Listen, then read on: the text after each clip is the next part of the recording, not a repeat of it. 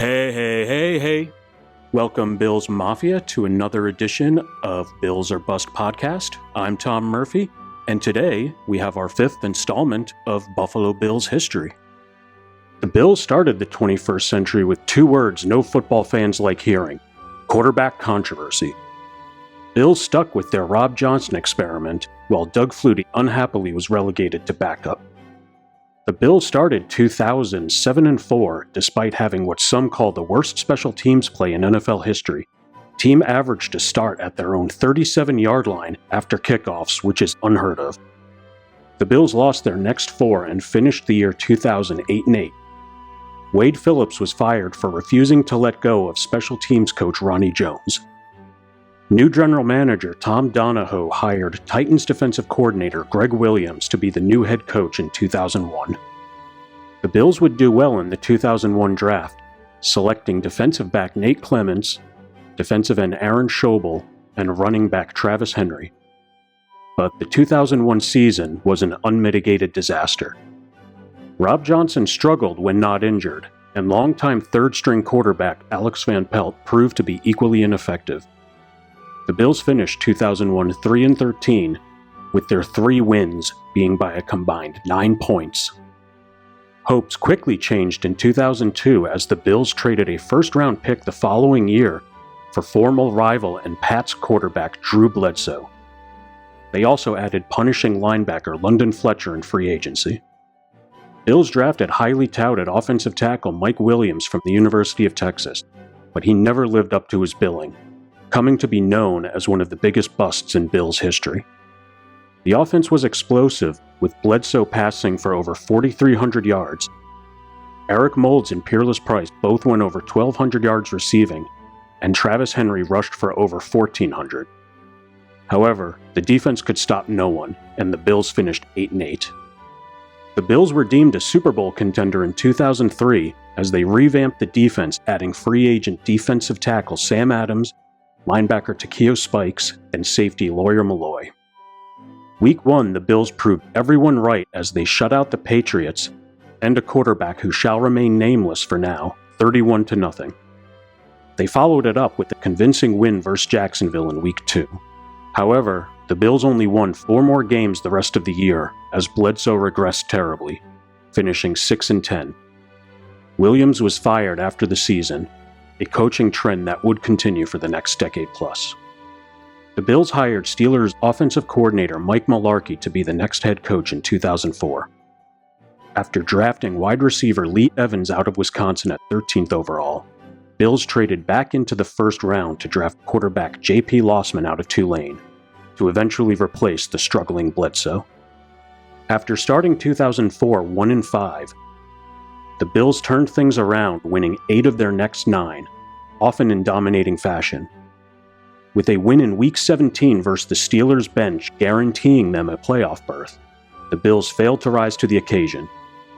Breakout games by Steelers running back Willie Parker and little-known at the time linebacker James Harrison were enough to diminish the Bills' playoff hopes, as the Bills lost 29-21 in Orchard Park.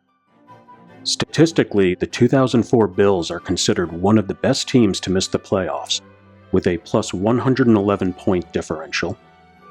The Bills scored an astounding 6 kickoff return touchdowns in 2004, mainly thanks to superstar returner Terrence McGee.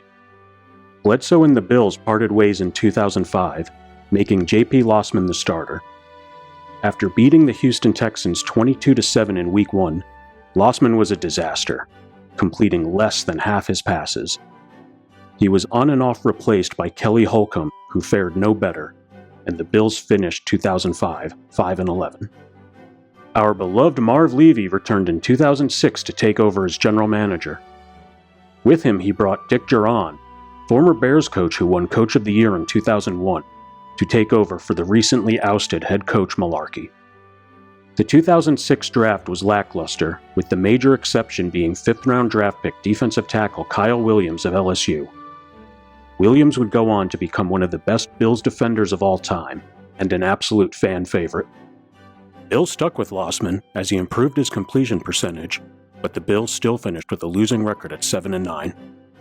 The 2007 NFL Draft brought much promise as the Bills took running back Marshawn Beast Mode Lynch, linebacker Paul Posluszny, and quarterback Trent Edwards with their first 3 picks.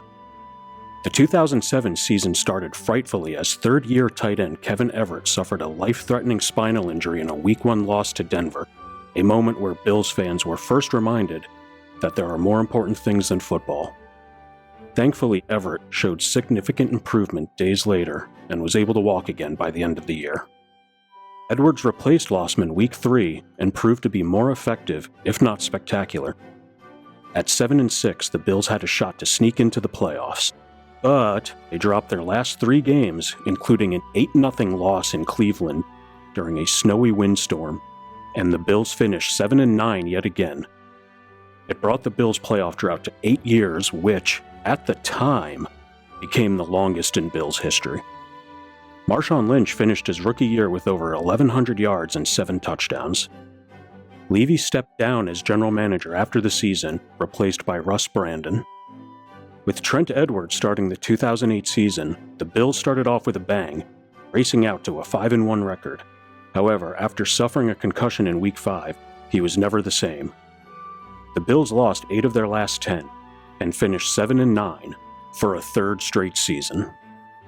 To celebrate their 50th anniversary as a football team in 2009, the Bills shocked the world and signed wide receiver Terrell Owens, one of the best to play the game. Also, the Bills had 4 picks in the first 2 rounds of the draft, with the most notable picks being center Eric Wood and safety Jairus Byrd. Bills also signed Bengals backup quarterback Ryan Fitzpatrick, more lovingly referred to as Fitzmagic, to be Edwards' backup. 2009 would mark the first year of the Bills-Toronto series, playing 1 home game north of the border, one of the most unpopular scheduling moves in franchise history. However, the result was more of the same. T.O. was unhappy, Edwards regressed more, even looking Trentative at times. Then the Bills finished 6-10, not able to match the 7-9 record they had become to be relied upon. Jaron was fired mid-season, thankfully, and replaced by Perry Fewell in an interim role. There were some fun spots, however. Fitzpatrick and Owens combined for a 98-yard touchdown versus Tennessee, breaking the previous Bills' longest play from scrimmage set by Todd Collins and Quinn Early back in 1996 of 95 yards. Also, rookie safety Jairus Byrd stormed on the scene, leading the NFL with 9 interceptions, and being the only Bill to make the Pro Bowl in 2009. Former Cowboys offensive coordinator and Georgia Tech head coach Chan Gailey became the 6th head coach in 13 years in 2010. Bills used another high draft pick on a running back when they took C.J. Spiller out of Clemson at 9th overall. 2010 was simply dreadful, with Lynch, Fred Jackson, and Spiller in the backfield, and little power elsewhere. The Bills traded Lynch to Seattle, where he became a superstar. After an 0-8 start, the Bills won their next 2, and only 2 more after that. The Bills finished 4-12, with Fitzpatrick getting the majority of the starts, being a vast improvement over Trent Edwards. Not to excuse the 4-12 record, but Pro Football Reference has suggested the Bills had a tougher schedule in 2010 than any team since 1971. The 4-12 record earned the Bills the 3rd overall pick in the 2011 NFL Draft. In a draft that featured future superstars like Von Miller, J.J. Watt, Patrick Peterson, and Julio Jones, the Bills selected defensive lineman Marcel Darius out of Alabama. Bills came into the 2011 season ready to ball, racing out to a 5-2 record, including their first victory over the Pats and their quarterback who shall still remain nameless since 2003 in Week 3. They overcame a 21-0 deficit to win 34-31 on a last-second field goal. Fitzpatrick was extended, and then the wheels came off the bus. Fred Jackson, who was close to 1,000 yards rushing mid-season and leading the NFL in rushing yards, suffered a season-ending injury, and the Bills only won 1 of their last 9 games to finish 6-10.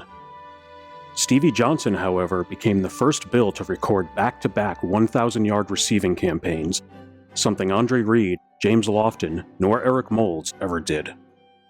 With the lease running out on Ralph Wilson Stadium, hurtful talk of the Bills moving out of Buffalo started to surface in 2012. The lease was renewed at the end of the year, but the rumors of the team moving still lingered. Bills made one of their biggest splashes ever in free agency in 2012 when they signed superstar defensive end Mario Williams from Houston. They also drafted cornerback Stephon Gilmore 10th overall. Gilmore would win Defensive Player of the Year years later, but with the Patriots. Despite the offseason acquisitions, the Bills would finish 6-10 again. C.J. Spiller would finish with over 1,200 yards rushing, a career high, and Stevie Johnson would get his third straight 1,000-yard receiving year. Former Syracuse coach Doug Marrone would replace Gailey as head coach in 2013. After Fitzpatrick refused a pay cut, he was released, and the Bills drafted quarterback E.J. Manuel from Florida State at 16th overall. He was the first quarterback taken by the Bills in the first round since Jim Kelly in 1983. The Bills' defense was a force under defensive coordinator Mike Pettine, with Mario Williams, Kyle Williams, Jairus Byrd, and Marcell Dareus all making the Pro Bowl. Second-round draft pick linebacker Kiko Alonso was also a Defensive Rookie of the Year runner-up, who also contributed greatly.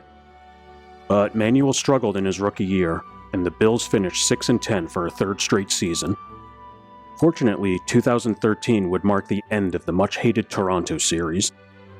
On March 25, 2014, Ralph Wilson, who brought the team so beloved by the city of Buffalo, passed away at the age of 95.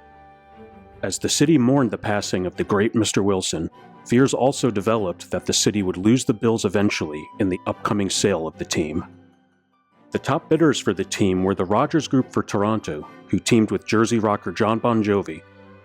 Also in the bidding was gas tycoon Terry Pegula. Donald Trump also put in a bid that few took seriously. Toronto Group instilled fear that the Bills would eventually move to Toronto, with Bon Jovi ominously stating, "We want the team to be successful in Buffalo." Not soothing words about a team on a 14-year playoff drought. Fortunately, the Bills were sold to Terry and Kim Pegula, with a vow to keep the Bills in Buffalo. GM Doug Whaley started the offseason with making a controversial draft day trade. The Bills traded up 5 spots from 9 to 4 to take wide receiver Sammy Watkins from Clemson. The Bills gave up the following year's first-round pick to move up, with Whaley stating next year's pick will be late. E.J. Manuel won his first 2 starts in 2014, before dropping the next 2.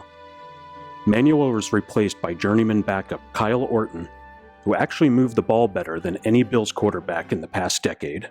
The Bills' D, led now by defensive coordinator Jim Schwartz, was even better than the previous year, leading the league with 54 sacks, after a shocking win versus Green Bay in Week 15, which was considered Aaron Rodgers' worst game of his legendary year. Marcell Dareus was injured early in the following game versus lowly Oakland. In a position for the Bills to inch closer to a playoff berth, Oakland ran Latavius Murray down the middle constantly to huge success and upset the Bills 26-24, extending the playoff drought to 15 seasons. The Bills finished 2014 9-7, giving the Bills their first winning season in 10 years, a bittersweet result. Marrone opted out of his contract after the season. In a bold move, Pegula decided to make a splash by hiring Jets head coach and huge personality Rex Ryan, who actually brought Mark Sanchez to 2 AFC championships. Kyle Orton retired in 2015, leading many to believe the Bills would leave the team in E.J. Manuel's hands yet again. Bills signed Matt Castle from the Chiefs as competition. They also signed athletic quarterback and Ravens backup Tyrod Taylor as insurance. Bills made yet another offseason splash, trading oft-injured linebacker Kiko Alonso to Philly for star running back LaShawn McCoy. During preseason, Tyrod Taylor beat out both Manuel and Castle to surprisingly win the starting job Week 1. Tyrod Taylor wowed with his running ability and was serviceable in the passing game, not making many risky passing attempts. Despite Rex Ryan's bold prediction the Bills would be a bully in the NFL, they finished a meager 8-8. It extended the playoff drought to 16 seasons, which would now be the longest streak in the 4 major sports at the time. McCoy finished 2015 with 895 rushing yards after suffering a nagging hamstring injury earlier in the year. Bills hoped to improve in Rex's second year, but the Bills proved to remain inconsistent in 2016. Despite McCoy rushing for over 1,200 yards, the Bills finished 7-9, extending the playoff drought to 17 seasons. Ryan was fired with one game remaining in the season, and in Week 17, in an interim role, offensive coordinator Anthony Lynn became the 9th Bills head coach in 18 years. Unbeknownst to Bills fans, fortunes were in the early stages of turning for the better. To replace Ryan, the Bills hired little-known Panthers defensive coordinator Sean McDermott in what appeared to be an uninspired hiring. Along with him from Carolina, the Bills hired Panthers assistant GM Brandon Beane to be the new GM. In the 2017 draft, Beane made a shocking move by moving down from 10 to 27 to acquire more draft picks. Of course, with that 10th pick, the Chiefs selected quarterback Patrick Mahomes, a quarterback who seemed like a reach at the time, but of course now has proved everyone wrong. Bills certainly made the most of the 27th pick, drafting Tre'Davious White, cornerback out of LSU, and later picked up linebacker Matt Milano in the 5th round, who at the time seemed to be a guy who'd help on special teams, but turned out to be leaps and bounds more valuable than that. McDermott brought a no-nonsense yet friendly approach to Buffalo, favoring high-character players. Little was expected of the 2017 Bills as they stuck with the serviceable but limited quarterback Taylor. Bills surprised everyone with a calculated game plan with a solid defense. On December 31, 2017, the Bills had an outside chance to make the playoffs in Week 17, but needed help that seemed unlikely. The Bills lived up to their part of the deal by beating the Dolphins 22-16.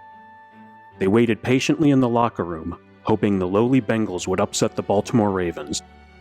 Chaos ensued in the Bills' locker room as the Bills won in the final seconds, ending the Bills' playoff drought at 17 seasons. In true Bills Mafia fashion, Bills fans donated over $500,000 combined to Cincinnati players Andy Dalton and Tyler Boyd's charity. The story made national news, giving Bills fans the credit they long deserved. The wild card round game versus the Jacksonville Jaguars did not go well, however. Despite a punishing effort by the defense, led by journeyman linebacker Lorenzo Alexander, Tyrod Taylor could not get the Bills' offense moving, proving he was not the long-term answer at quarterback. The Bills lost 10-3. It was a playoff game most NFL fans forget, but most Bills fans took comfort as a huge weight off their backs, as actually being the first playoff game they played in 17 seasons. Bills entered the 2018 season with expectations to be the worst team in the NFL. They cut ties with Tyrod Taylor, trading him for a third-round pick to Cleveland. Brandon Beane used this pick, along with other picks, to make maneuvers for the future. The Bills traded up to number 7 in the 2018 draft to select Joshua Patrick Allen, freakishly athletic quarterback out of the University of Wyoming, with a sky-high ceiling but an extremely low floor. The initial plan was to have him sit behind career backup A.J. McCarron and second-year quarterback and now internet meme sensation Nate Peterman. Beane also moved up in the first round again to grab gargantuan linebacker Tremaine Edmunds at 16th overall. 6 days shy of his 20th birthday, Edmunds became the second youngest player ever drafted in the NFL. The plan to sit Allen behind two unproven quarterbacks failed miserably as he was thrown into a 47-3 blowout Week 1 to the Ravens. On first look alone, Josh proved himself to be the most effective of the three quarterbacks and won the starting job going forward. In his second start, Week 3, as a 16.5-point underdog, Allen beat the Minnesota Vikings 27-6 in what is considered one of the biggest regular season upsets of all time. A hurdle over linebacker Anthony Barr would immediately embed him into the hearts of NFL fans, where he remains to this day. The Bills finished 2018 6-10, missing the playoffs. The city of Buffalo does not know an NFL playoff year without them there since, to this day. With low expectations again, the Bills, with a slightly improved Allen, a slightly better offensive supporting cast, and a bend-but-don't-break defense led by defensive coordinator Leslie Frazier, the Bills would finish 10-6 in 2019. The Bills would score their first playoff touchdown in more than 20 years versus the Houston Texans on a pass from wide receiver John Brown to Josh Allen in a play designed by soon-to-be Bills legend offensive coordinator Brian Daboll. The Bills unfortunately would relinquish a 16-0 lead, losing 22-19 in overtime to Houston. A world-pausing pandemic would not stop the Bills from moving forward in 2020, when newly acquired star wide receiver Stefon Diggs and newly accurate and still cannon-armed Josh Allen would lead the Bills to a 13-3 record, earning the Bills their first AFC East crown since 1995. After defeating the Colts 27-24 in the first round, a 101-yard pick-six by Taron Johnson would be the icing to defeat Lamar Jackson and the Ravens 17-3 in the divisional round. The win would send the Bills to their first AFC championship since 1993 and their sixth all-time. Things looked promising as the Bills jumped out to a 9-0 lead on the favored Kansas City Chiefs in the 2020 AFC Championship. However, Patrick Mahomes and company took immediate control, scorching the Bills 38-24. While it wasn't the outcome Bills fans had hoped, the future only looked brighter from here on out. Bills cemented their status as new kings of the AFC East, winning their second straight division crown in 2021 with an 11-6 record. They faced the New England Patriots in the first round on a frigid day in Orchard Park and accomplished something never done before. In a 47-17 win, they accomplished what is now known as the perfect offensive game, scoring touchdowns on all but the last victory formation to end the game. Bills came in energized to Arrowhead Stadium, ready to face their newfound rival, the Kansas City Chiefs, in the divisional round.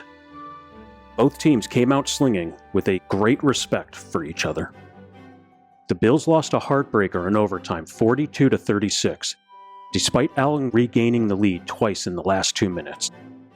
Gabe Davis made himself a household name with 201 yards receiving and 4 touchdowns. To this day, it's considered one of the best games in NFL history.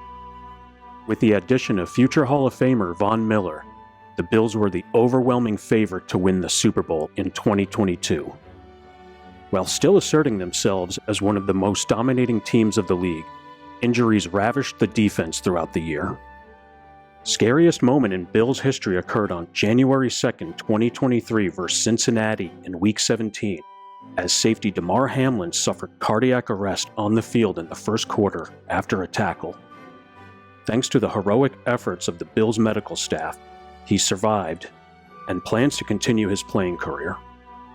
The Bills finished the regular season 13-3 and won their third straight AFC East divisional crown, despite all the hardship.